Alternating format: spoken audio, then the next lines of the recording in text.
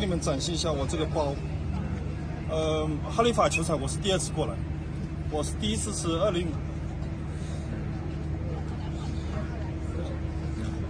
我第1次是2017年过来。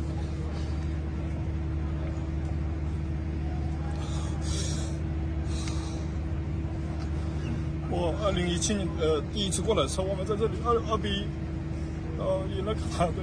对，世界杯预选赛。我每一次看球都是背这个包，我就觉得中国必胜，但是我们足球其实让我们很生气。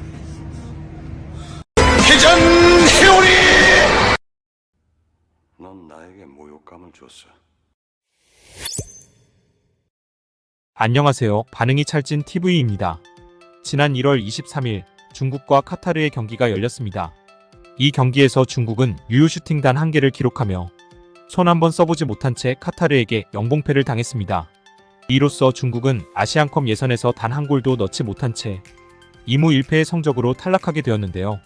지난 대회 때 8강에 진출했던 팀이 단 5년 만에 1승도 못하고 득점도 못하는 팀이 돼버렸습니다. 당연하지만 중국 축구 팬들은 초라한 경기력을 보여준 중국 대표팀에게 비행기 탈 자격도 없으니 폐활량이라도 늘리게 수영해서 돌아와라. 이미 시한부였던 중국 축구가 드디어 사형 선고를 받았다라며 날선 비판을 이어갔습니다. 중국 축구팬의 비판을 보시면서 중국은 원래 축구를 못하는데 뭐하러 저렇게 화를 내지? 라고 생각하시는 시청자분들도 계실 텐데요. 물론 중국 축구 실력이 한참 떨어지는 건 맞으나 이번 아시안컵에는 못한 정도가 너무 심각했기 때문입니다. 먼저 중국은 아시안컵 참가 이래 처음으로 골을 한 골도 넣지 못하는 무득점으로 조별리그를 마치게 되었습니다. 좀 더 자세히 살펴보면 이번 조별 예선 3경기를 다 합쳐도 유효 슈팅이 10번이 채 되질 않았습니다. 더욱 욕을 먹는 건 중국의 조별 예선 경쟁 상대인데요. 일단 개최국인 카타르를 제외하면 중국 입장에서는 해볼 만한 팀이었습니다.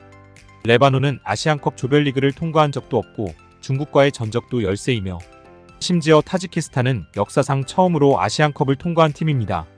이 정도면 아무리 중국이라도 충분히 16강에 갈 수 있는 조편성이고 실제로 이 조로 16강을 못 가면 중국은 축구 접어야 한다라는 반응이 나왔을 정도인데 이제 진짜로 축구를 접어야 하는 상황까지 되고 말았네요. 이러한 와중에서 중국 언론은 오히려 패배의 책임을 중국 대표팀이 아닌 감독에게 화살을 돌렸는데요. 중국 언론들은 중국 대표팀 감독인 양코비치 감독에게 중국 대표팀은 전술과 기술이 없었다. 평균 연령이 29.7세로 노쇠화한 선수단을 구성한 게 문제다. 라며 마치 중국 대표팀의 실력은 문제가 없는 것처럼 포장했습니다. 여기에 중국 전 국가대표 축구선수 양쉬의 인터뷰가 불난집에 그야말로 기름을 퍼부었는데요. 양쉬는 중국 국가대표팀은 아직 최악의 상태는 아니다. 축구에 대해 희망을 잃을 때가 진짜 최악의 상태다라는 발언을 했습니다. 물론 이 말이 틀린 말이 아닐 순 있으나 이미 희망을 다 잃어버릴 만큼의 최악의 성적표를 받은 상태에서 중국 대표팀을 감싸려고만 하는 중국 언론과 축구계의 반응에 대해 중국 축구팬은 뒷목을 잡을 수밖에 없었죠. 이러한 와중에 한국 언론의 기사 하나가 중국에 소개되어 중국 축구팬들에게 큰 화제가 되었는데요. 중국 축구팬을 감싸기만 하던 중국 언론과 다르게 한국 언론은 중국 언론은 매번 감독에게 비난의 화살을 돌린다. 책임을 매번 감독 또는 심판에게 돌린다고 하며 이것이 중국이 축구를 잘하지 못하는 이유라고 보도했는데요. 중국 축구팬들은 이 한국 언론의 기사를 보며 치욕스럽다, 사이다를 마신 것 같다 등 다양한 반응을 보여주었는데요. 이 중에서 찰진 반응을 엄선하여 함께 살펴보도록 하겠습니다. 찰졌던 반응들을 감상하기 앞서 구독, 좋아요 눌러주시면 너무나도 큰 도움 될 것 같습니다. 한국 언론에게 좋아요 누르고 싶다.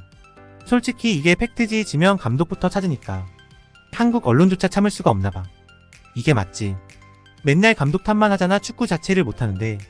솔직히 나도 이해가 안 되긴 해. 언론이나 팬들이 맨날 감독만 비난하는데 솔직히 선수가 구린 거잖아. 쓰레기 코치, 쓰레기 선수, 쓰레기 언론, 쓰레기 축구팬. 중국 언론은 선수 실드만 기가 막히게 치고 있어. 지금 언론들은 비난의 화살을 모두 감독한테만 돌리고 있으니까.